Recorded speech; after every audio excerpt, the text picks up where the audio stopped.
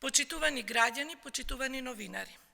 Економските мерки и политики на владата предводена од Социјалдемократскиот сојуз на Македонија и премиерот Димитар Ковачевски даваат резултати. И во време на светска, економска и енергетска криза, македонската економија е конкурентна и атрактивна за големи странски инвестиции.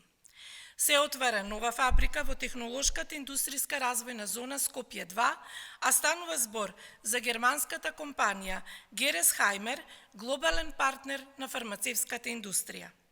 Инвестицијата е во вредност од над 126 милиони евра, што представува рекорден износ на инвестиција од основањето на технолошко-индустријските развојни зони, како и најголема гринфилд инвестиција од осамостојувањето на државата.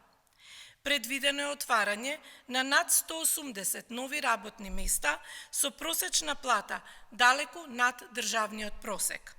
Благодарение на одговорниот и ефикасен пристап на владата во привлекување на странските инвестиции, годината зад нас е најдобрата година од постоењето на ТИР зоните, во која е остварен највисок извоз досега од 3,7 милијарди евра.